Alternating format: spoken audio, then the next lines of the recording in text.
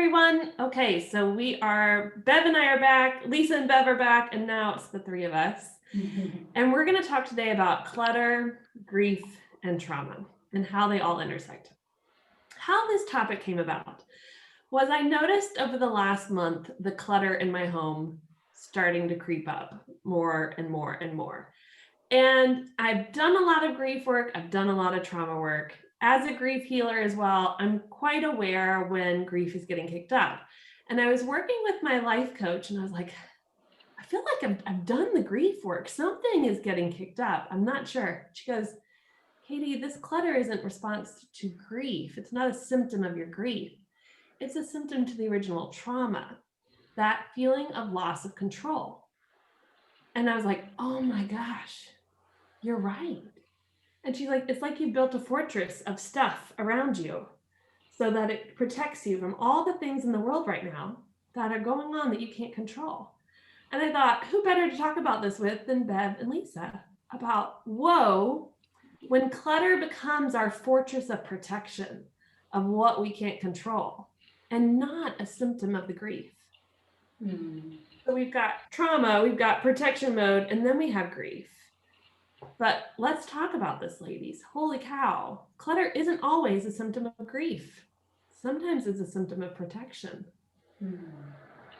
Absolutely. I mean, this has been something that I have been exploring I realized it's been a couple of years now because I was checking some of my notes, as you come up with these concepts and you're talking to people, you're making notes. And yeah, it's been a couple of years that I've been thinking about how much it came about. And it's because of my own story as a caregiver for my mom and how, it's a combination of things I think that can happen. And some of it can feel pretty practical because when you're absolutely overwhelmed, when you're in survival mode, when, all of your emotional resources, if you will, are focused on this thing that's happening, whether it's grief or trauma, you are not able to do the everyday tasks. So that can cause a buildup of clutter.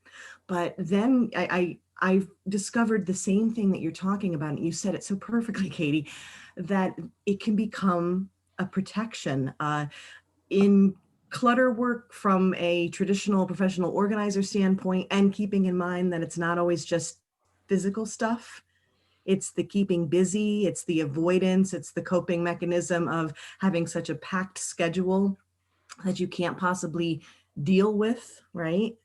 Whatever it is that's coming at you. I bet right now, with so much that's happening in our world, there are a lot of people who feel themselves even busier than usual too, not just having the stuff, right? Do you think? I think so. Yeah. I think that busyness and that collection, as you say, that control is a symptom of trauma, because we know that trauma is an invisible guest. And we only see, I don't know what's happening to my tongue today, but anyway, we only see trauma in essence through either overwhelm, when that cup gets full, or numbness. And as you were saying, Katie, when there's so much else going on, not only in our personal lives, sometimes that's traumatic, but because it's in the palm of our hands, we can see what's going on across the world, and we can see the trauma that's happening there. So on the one hand, what's in the palm of our hands is wonderful. It allows us to connect from so many different parts of the world and connect and be together and share our wisdom. On the other hand, we are also able to see, we cannot deny that we're not part of a village that is overflowing with overwhelm and trauma. So maybe if I can collect a few more things, I can feel safer. And I love your example of that fortress. I feel safer and in control of my environment, or so I think. What do you think too of when we're talking about clutter? Of course, my first go-to is to say, well, what even is clutter, right? Okay, and so we can absolutely think when we look around our space right now, and I can see, a pile of clothes over there or a set of books over there, and I can think of that as clutter. But I've started to identify all the different categories. It can be information overload. It's mental and digital. It's the tasks and the to-dos. But I also think that it's really, okay, the quote from Peter Walsh that I love, that I use all the time, is it's anything that gets in between you and the life that you want to be living. And so whatever that block is, I also think of, this may be off the charts here, but I'm going to go for it, excess body weight as the form of clutter and protection. And what do you think about that, ladies, in terms of grief and trauma? Yeah, 100%. So I grew up with a mom who struggled with her weight her whole life, up until the day that she died. And that, yes, I think food was the consumption of food was a protection from all that she couldn't control and all the things, the past trauma she had. And even the times where she tried to get it under control with surgery and different things, it would come back because that fear that I need to protect myself stayed there, and that's largely where Bev comes in, where it's like, how do we work on that original trauma that leads us to need a fortress of protection, physically, emotionally, mentally, physically on our bodies as well.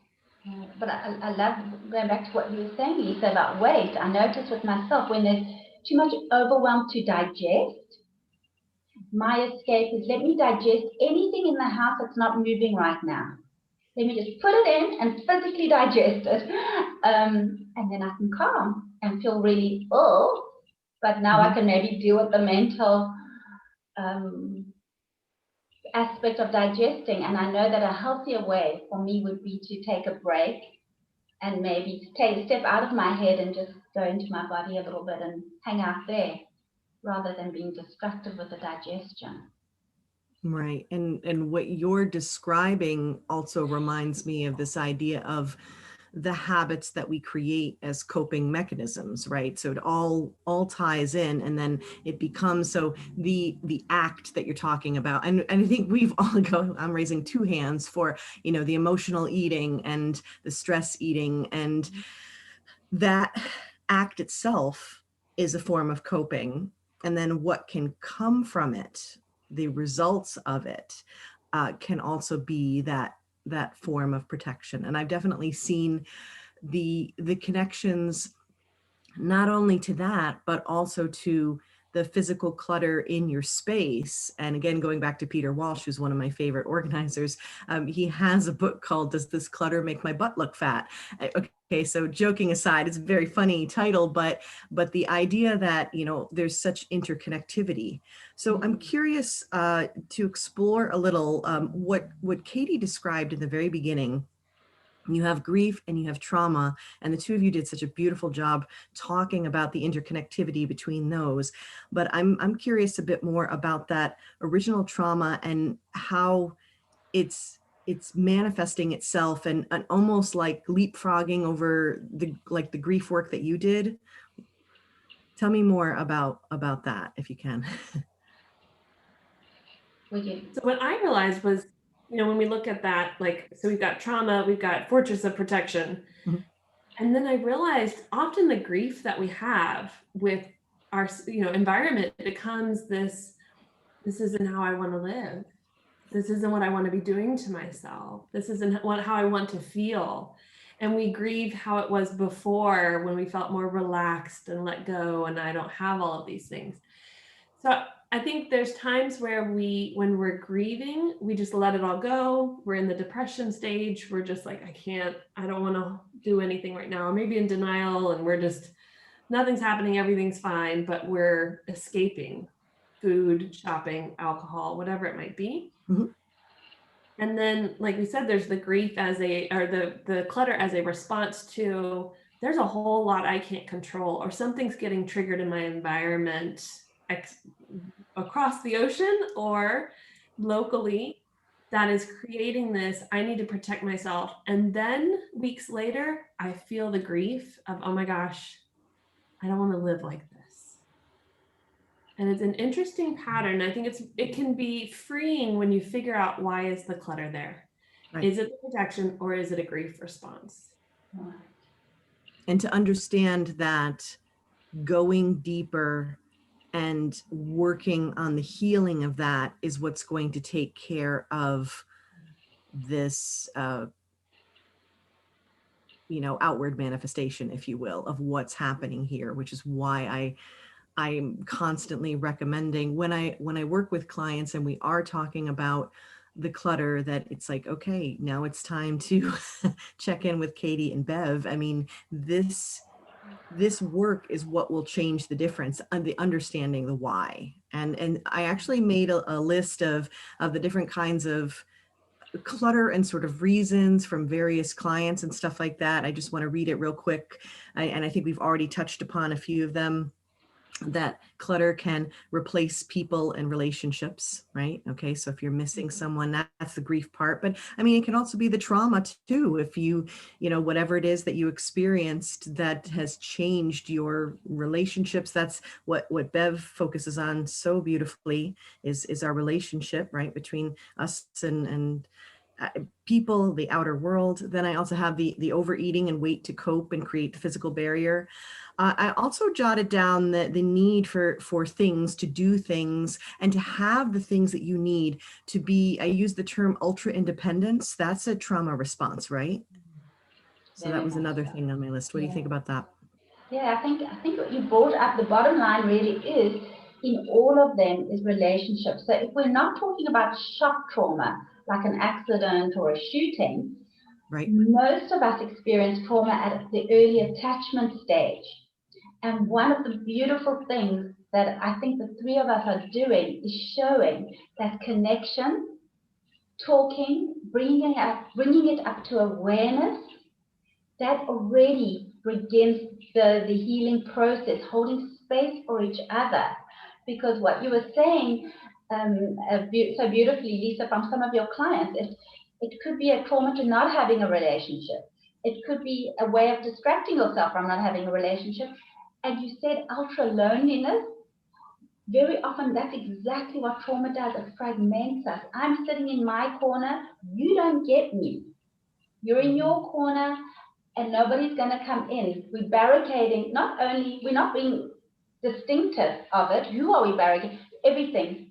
And then I don't know why I'm so lonely. I don't know why people don't like me. But it's clearly written on my t-shirt. Please stay away. I've been hurt before. Don't come near. So I think to me that's the bottom line. It's all, this is where the healing takes place, in appropriate relation, because the wounding has taken place in inappropriate relation.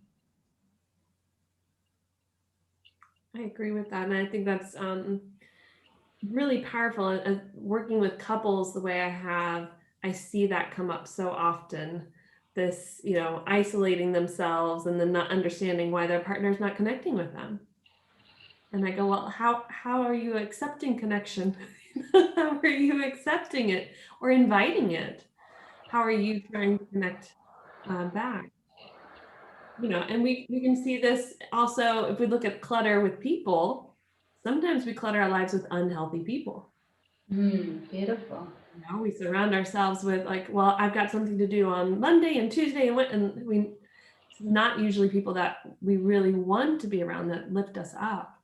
Right, they're bringing the energy down. Right. But again, it's this idea of filling, and then this is the quantity over quality. Yep. Right? And because you're looking to fill it up, so you're like, well, whatever's available.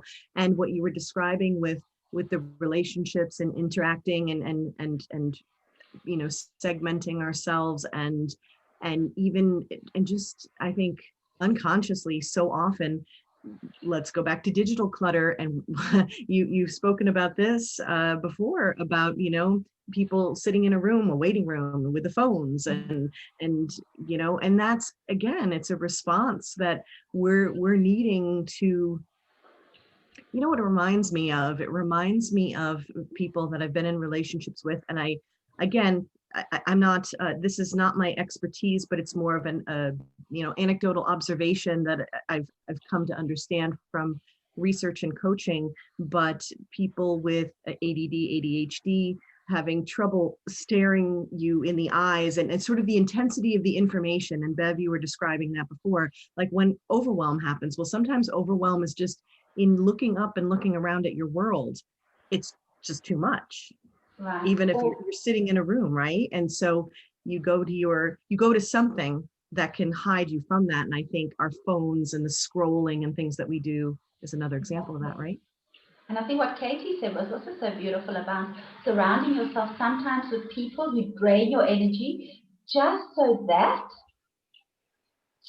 I like Lisa's leaned in, that it can keep you from the most intimate circle of the relationship with yourself. I don't want to hang out here. There are too many ugly parts I don't like. I would rather walk around with one of my arms off. Isn't that bizarre? Of course we wouldn't. And we need to learn to love all the parts. But I'd rather spend time with someone who I feel is as ugly as I am, than I can just look outwardly at them. Right. I can point the finger at their imperfections, their problems, and not see my own. Yeah. So when we look at this clutter as a symptom of the trauma we've experienced, and then the grief comes after it, there's a variety of reasons. Mine is there's so much out of my control externally across an ocean, throughout the world. I feel like every day, like Lisa said, you go on your phone, and Bev, you said it beautifully too. You're almost like you're there. You look at it and it's like I'm there, I'm feeling it. I'm another earthquake, a hurricane, horrible terrorist activities going on, all this stuff. Well, I'm not feeling it. I'm moving on to the next thing. I'm moving to, yeah, exactly. I'm now numb. Feel better. There's too much coming in. I don't feel anything. Yeah, and so when we start to feel that overwhelm, when we feel that sense of out of control, what are some healthy tips we can give to those who are listening or watching this, so that when they start to see, whether it be clutter in whatever form they start to do in response to it, that there are other alternative outlets that they can use? Beautiful. Well, firstly, that's such a great question. And again, it just raises one's awareness so that we can start managing it. So I would like to offer myself that before I run into the kitchen, that maybe I just take some deep breaths and slow down. Because what my response to overwhelm is to become busier rather than to fill that cup up more, and it's overflowing in every direction, making a mess, instead of just, it doesn't mean walking around like a zombie. It just means every now and again during my day, come back to self. I love that. And to work off of that, the philosophy that I pretty much live with, and you hear constantly from me because you spend time with me, is this idea that, there was a phrase I came across at one point when, things aren't adding up, subtract. And it's this idea, it's going back to, and this is the other sort of aspect that I see with coaching and this clutter idea of being this response, is that when things aren't working, when we feel out of sorts, out of control, we are trying to find solutions. We look outwardly and we keep stacking on the solutions. Well, maybe if I buy this and maybe if I do that. So with that awareness, and what Bev is saying about taking a moment with self is also taking a moment to not make the decision to add the thing, do the thing, but actually to look and see what you can take away instead. And I mean that more in a clearing space, opening up, releasing an obligation kind of way, not a takeaway like you're losing something, but rather that you're gaining that space to breathe. Beautiful. Thank you. So the piece that I've really started working on is the integration of this side of me that reacts when it doesn't have control. To recognize that when the clutter happens, and I've been doing it through journaling, is to write with that side of me that wants to go, fortress of protection now, immediately, instead of trying to change it, to better understand it. And to give it the freedom when it needs to show up, but in a more contained way, so it doesn't impact my life in such a way that weeks later I feel the grief come up. So I've been writing, and I write down, what are the things I feel like I don't have control of? I don't go to what do I have control of? What do I not? Like sometimes we have to, instead of look at the sunrise, we need to like stand at the cliff and be like, this is how I feel, and have empathy for that. Yes. This sucks. There's so much out of my control. What is it that's out of my control? And I love to use this example when I talk about like teaching kids how to clean a bedroom. You don't say to a kid, go clean your bedroom. They're going to look at all of it and be so overwhelmed. You say, books on the bookshelf, toys in that particular box. You give them step by step. So for us, it's write down what it is you feel lack of control, powerlessness, overwhelming, and even seeing it might be overwhelming, but you're already avoiding it. So sometimes that's the first step, is going, let me just put it on paper, or let me say it out loud and have somebody listen to me. And once you start to see that, you can see some of these are big and some of them are small. And you can allow that, hey, I want to have some type of reaction to the things that I feel overwhelmed by. Here's healthy ways I can do that. I can start to slow down. I can start to create some space. And I can also have that corner that I clutter like crazy. Or I have, I have my space where I can still allow that part of me to come out without having to say, bad Katie, this is bad. This needs to change. You don't want to be this way. Sometimes the trauma we have from our younger years has to integrate back into who we are instead of staying so separate from us. So that would be my recommendation, is use journaling and don't always change it. Better understand why it's going on. Beautiful. Thank you. I wrote Thank you down. so much for being here together today. Yeah, this was amazing. Self-compassion was the note that I had here, and you just expressed that so beautifully. Yeah, understand and have a heart for yourself in knowing why this is. Thank you.